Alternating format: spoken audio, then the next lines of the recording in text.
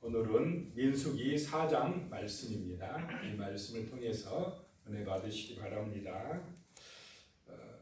이 민수기 4장에서는 네이 자손들이 해야 될 임무를 기록을 하고 있습니다.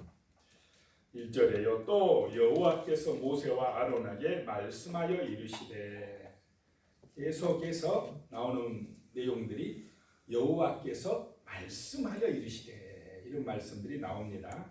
말씀으로 함께 하시는 하나님이시다라고 하는 것입니다. 2절에요. 네이 자손 중에 고핫 자손을 그들의 종족과 조상의 가문에 따라 짓게 할지니. 네이의 아들들 중에 이 고핫은 둘째 아들인데 여기서는 둘째 아들이 첫 번째로 나옵니다.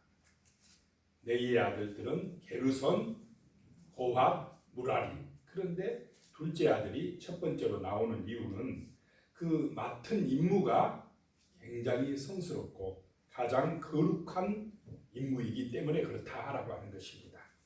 이 고핫 자손이 중요한 일을, 그 성소에서 중요한 그 하나님의 성물들을 관리하는 일을 하기 때문에 먼저 나온다라고 하는 것입니다. 3절에요. 곧 30세 이상으로 50세까지 회막의 일을 하기 위하여 그 역사에 참가할 만한 모든 자를 계수하라. 회막에서 봉사할 사람은 30세에서 50세까지다 라고 말씀을 하고 있습니다. 4절에 고핫 자손이 회막 안에 지성물에 대하여 할 일은 이러하니라. 지성물, 굉장히 중요한 그런 성물에 대한 관리라는 것입니다.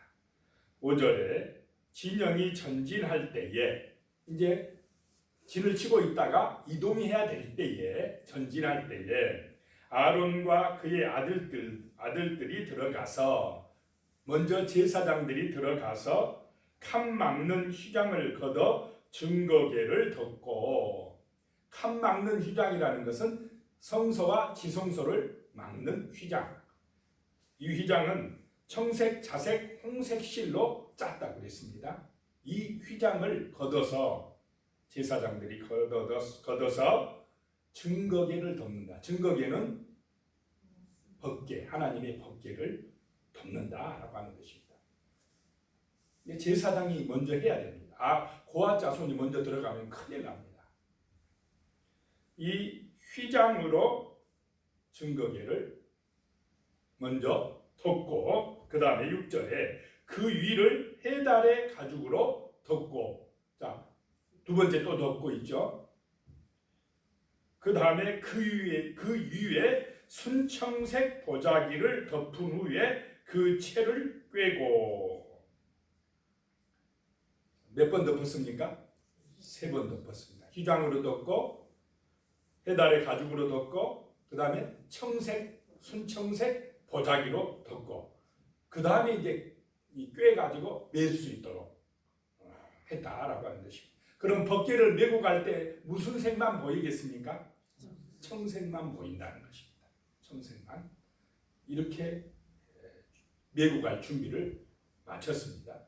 하고, 그 다음에는 이제 7절에 진설병의 상, 그 진설병을 12개를 놔뒀던 그 진설병의 상에 청색 보자기를 펴고, 대접들과 숟가락들과 주갈들과 붓는 잔들을 그 위에 두고, 또 항상 진설하는 떡을 그 위에 두고, 이동할 때도 떡은 거기 떡상 위에 있어야 된다라고 하는 것입니다. 두고, 8절에 홍색 보자기를 그 위에 펴고 그것을 해달의 가죽 덮개로 덮은 후에 그 채를 꿰고, 자, 여기서는 청색 보자기, 홍색 보자기, 그 다음에 해달의 가죽으로 덮고, 이 진설병을 놓는 상, 그래서 메고 가도록 하라라고 하는 것입니다. 여기서는 제일 바깥에가 해달의 가죽 덮개가 있는 것입니다. 자, 9절에 보면요.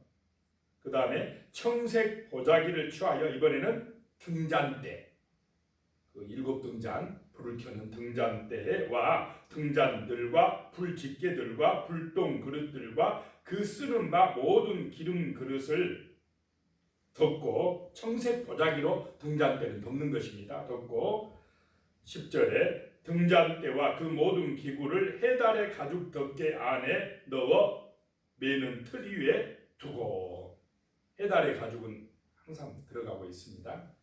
청색 보자기와 해달의 가죽으로 등잔대를 덮어서 메고 갈 수 있도록 준비하라 하는 것입니다.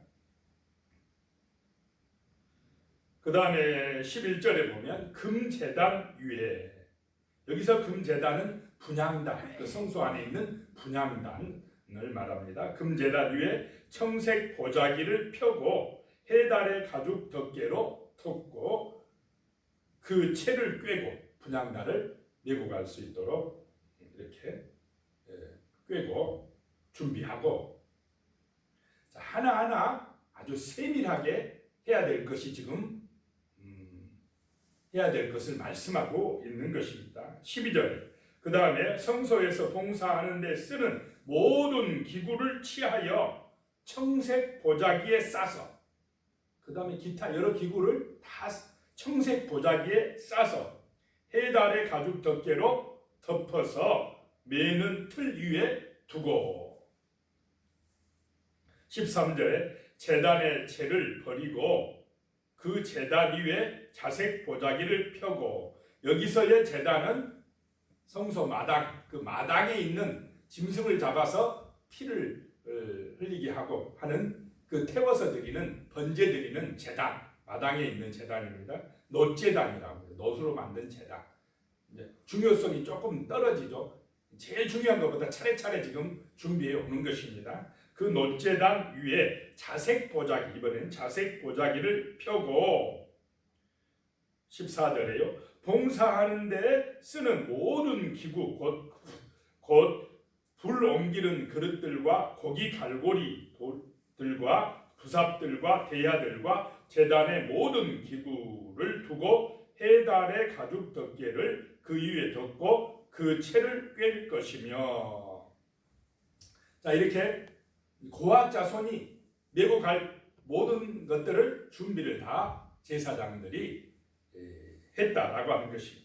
그리고 15절에 진영을 떠날 때에 아론과 그의 아들들이, 제사장들이 성소와 성소의 모든 기구 덮는 일을 마치거든 고앗 자손이 와서 맬 것이니라. 그러나 성물은 만지지 말라. 그들이 죽으리라. 회막 물건 중에서 이것들을 고앗 자손이 맬 것이며. 자, 고앗 자손, 레위 자손이 먼저 오면 안 되고 제사장들이, 아론의 아들들이 다 매게끔 준비를 해둔 다음에 고앗 자손들이 들어와서 메고 간다라고 하는 것입니다. 이 철저하게 관리하고 있죠. 자, 법궤를, 증거궤를 이동시킬 때는 어떻게 간다고요? 메고 가요. 그런데 나중에 다윗 때에 메고 안 가고 수레에 싣고 가다가 어떻게 됐습니까? 우사가 죽게 되는 사건이 발생합니다. 이 말씀을 잊어버렸어요. 그대로 하지 않았다는 것입니다. 얼마나 세밀하게 철저하게 지금 말씀하고 계십니까? 그래서 말씀대로 하는 것이 온전한 신앙이라는 것입니다. 절대로 자기 생각이 옳다고 인간 생각대로 하면 그게 불순종의 길이 된다라고 하는 것입니다. 얼마나 세밀하게 적어놓고 있습니까? 자, 16절에요. 제사장 아론의 아들 엘르아살이 맡을 것은 둥이와 태우는 향과 항상 드리는 소제물과 관유이며, 또 장막 전체와 그 중에 있는 모든 것과 성소와 모든 기구니라. 그 일을 관리하는 책임자가 누구냐? 아론의 아들 엘리아살이라는 것입니다. 고앗 자손과 함께 그 모든 일을 관리해 나가는 것입니다. 17절에 이제 보면 여호와께서 또 모세와 아론에게 말씀하여 이르시되, 18절에요. 너희는 고앗 족속의 지파를 레위인 중에서 끊어지게 하지 말지니. 이 고앗 자손이 끊어지게 하지 말지니. 안 끊어지게 하려면 어떻게 해야 됩니까? 성물에 손대면 안 돼. 그래서 이 제사장들은 고앗 자손들이 혹시 메고 가다가 성물에 손대거나 성물을 함부로 들춰보거나 하면 끊어지니까 그렇게 못하게 단속을 잘하라 라고 말씀하고 있습니다. 20절에 보면 그들은 잠시라도 들어가서 성소를 보지 말라 그들이 죽으리라 그랬습니다. 자, 메고 가든지 뭐 또 이게 이동시키려고 할 때에 고앗 자손 중에서 뭐 어떻게 생겼나 한번 봐보자 막 이런 호기심 때문에 뭐 들춰보거나 만져보거나 하려고 하는 그런 마음들이 생길 수 있습니까? 없습니까? 그렇게 하지 마라. 조심시켜라. 경고해라. 절대 그러면 안 된다라고 하는, 그래서 이 경고가 지금 나오고 있습니다. 그러면 끊어진다는 것입니다. 자, 그 다음에요. 게르손 자손의 임무가 나옵니다. 이제 게르손 21절에 여호와께서 또 모세에게 말씀하여 이르시되, 25절에요. 게르손 자손이 할 일입니다. 곧 그들이 성막의 휘장들과 회막과 그 덮개와 그 위에 해달의 가죽 덮개와 회막 휘장 문을 매며, 26절에요. 뜰의 휘장과 성막과 제단 사방에 있는 뜰의 휘장 문과 그 줄들과 그것에 사용하는 모든 기구를 매며 이 모든 것을 이렇게 맡아 처리할 것이니라. 그 휘장들, 천막 그 치는 휘장들, 주로 이 천들을 관리하는 사람들이 게르손 자손이라는 것입니다. 아마 천들을 잘 접고 둘둘 말아가지고 짊어지고 갔던 것 같습니다. 그런데 사방의 천이라든지 휘장문이라든지 이런 거는 성소에 쓰는 물건들보다 조금 중요도가 떨어지니까 만져도 됩니까? 안 됩니까? 됩니다. 그래서 여기는 경고가 없습니다. 그거 만지면 죽는다 이런 경고가 없습니다. 조금 덜 중요하다 이 말입니다. 그래서 그리고 이 게르손 자손이 하는 일을 관리하는 사람이 누구냐? 26절에 나옵니다. 게르손 자손의 종족들이 해막에서 할 일은 이러하며 그들의 직무는 제사장 아론의 아들 이다말이 감독할지니라. 이다말이 감독하는 것입니다. 다음에 이제 네의 아들 무라리 자손의 임무입니다. 29절에 너는 무라리 자손도 그 조상의 가문과 종족에 따라 계수하되, 몇 세부터 몇 세까지 계수하라고요? 30세에서 50세까지 계수하고, 31절에요. 그들이 직무를 따라 회막에서 할 모든 일, 곧 그 매일 것은 이러하니, 곧 장막의 널판들, 그 세우는 널판들과 그 띠들과 기둥들과 받침들과, 이거는 좀 무겁겠습니까? 안 무겁겠습니까? 좀 무거운 것들입니다. 아마 힘이 좀 센 사람들이 해야 될 일들입니다. 32절에요. 뜰 둘레의 기둥들과 그 받침들과 그 말뚝들과 그 줄들과 그 모든 기구들과 그것에 쓰는 모든 것이라. 너희는 그들이 맡아 낼 모든 기구의 품목을 지정하라. 그리고 33절에요. 이는 제사장 아론의 아들 이다말의 수하에 있을 무라리 자손의 종족들이 그 모든 직무대로 해막에서 행할 일이니라.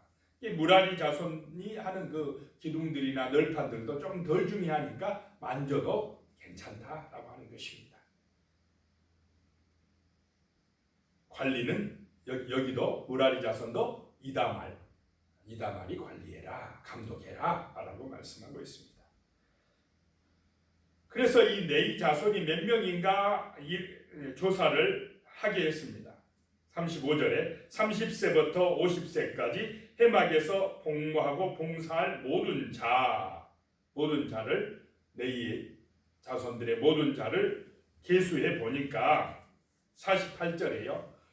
곧 그 계수된 자는 8,580명이었더라. 49절에요. 그들이 할 일과 짐을 매는 일을 따라 모세에게 계수되었으되 여호와께서 모세에게 명령하신 대로 그들이 계수되었더라. 자, 항상 모세는 철저하게 하나님의 말씀대로 명령하신 대로 그대로 한 줄로 믿으시기 바랍니다. 우리가 성경을 묵상하고 가까이 해야 될 이유, 성경 속에서 하나님의 뜻이 무엇인지를 깨달아서 그 말씀에 순종해야 하기 때문에 성경을 늘 가까이 하고 묵상하고 성경 말씀을 통해서 붙들고 기도해야 될 줄로 믿습니다. 이것이 참된 신앙의 길을 가는 길이다라고 하는 것입니다. 기도드리겠습니다. 살아계신 하나님 아버지, 내 자손들이 해야 될 임무에 대해서 우리가 살펴보았습니다. 정말 철저하고 세세하게 하나님이 알려주셨습니다. 하나님 아버지, 참으로 우리의 마음속에도 진리의 말씀을 깨달아서 그 말씀에 순종하는 믿음을 허락하여 주시옵소서. 내 뜻대로, 내 생각대로, 내 욕심대로 살아가는 것이 아니라 성령께서 말씀을 통해서 알려주신 하나님의 뜻을 깨닫고 순종하는 믿음의 삶을 살아감으로 참으로 우리의 삶이 복된 삶이 되게 하시며 하나님 나라를 증거하고 이루는 삶이 되게 도와주시옵소서. 오늘은 거룩한 주일입니다. 이 주일에 하나님의 놀라운 사랑과 은혜를 받아서 거룩한 백성으로 살아갈 수 있도록 충만한 능력을 주시옵소서. 예수님의 이름으로 기도드리옵나이다. 아멘.